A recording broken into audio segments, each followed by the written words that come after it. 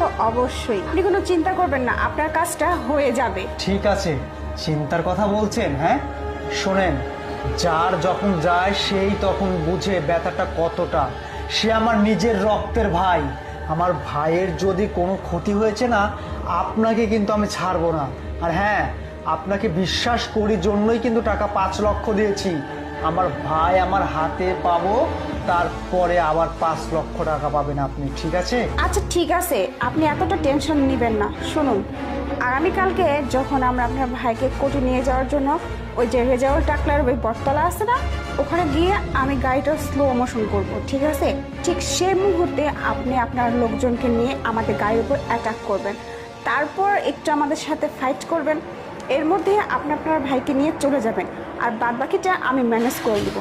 হ্যাঁ, টাকা কিন্তু 10 লক্ষ দিতে হবে। 5 লক্ষ দিয়েছেন, কাজ করছি, আর বাকি 5 লক্ষ কিন্তু অবশ্যই দিতে হবে, মিস যেন না হয়। টাকা নিয়ে আপনি কোনো চিন্তা করবেন না, তবে হ্যাঁ, আমার ভাইয়ের যেন কোনো ক্ষতি না হয়। আপনি একদম নিশ্চিন্ত থাকুন, আপনার ভাইয়ের কিচ্ছু হবে না, আপনার ভাই সহি সালামতে আপনার বাড়িতে পৌঁছে যাবে, বুঝতে পারছেন? আপনি একদম টেনশন ফ্রি থাকুন, ঠিক আছে? আমি কি ব্যাপার প্রিয়া ম্যাডাম? আরে স্যার, আপনি এখানে? আমি এইখানে কেন? আপনি এখানে কেন সেই কথা মানে বলুন। আর আপনার হাতে এতগুলো টাকা কিসের? মানে স্যার, আর কি ওই তো ওনার একটা কাজ। হ্যাঁ, ওনার ভাইকে কালকে ফাঁসির জন্য কোর্টে নেওয়া হবে। কালকে কোর্টের রায়ে ওনার ভাইয়ের নিশ্চিত ফাঁসি। ওর ভাই কি করছে জানেন?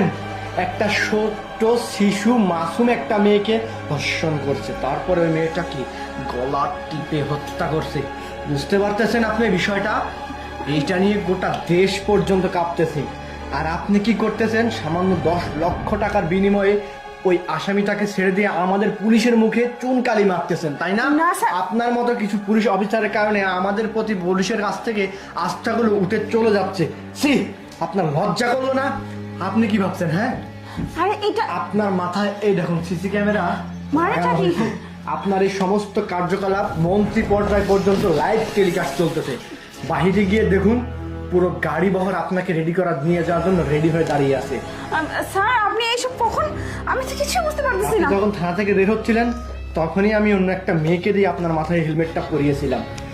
আমি পেছন পেছন আসতেছিলাম এবং এখান থেকে লাইভ টেলিকাস্ট চলতেছে। আপনি কি কি করতেছিলেন এখানে এসে? স্যার, আপনি 10 লক্ষ টাকার বিনিময়ে স্যার বলে লাভ নেই। এখানে আমাকে ঘুরে দেওয়ার চেষ্টা করবেন না। বাহিরে অবস্থা খুবই খারাপ এবং কি অবস্থা যে আপনার করবে সেটা আমি নিজেও বুঝতে পারতেছি না। আপনাকে এখান থেকে বের করে নিয়ে আসা পর্যন্ত আপনাকে দিব আসতে পারবো কিনা আমি সেটা ভাবতেছি। আরে আসুন আমার সাথে। স্যার,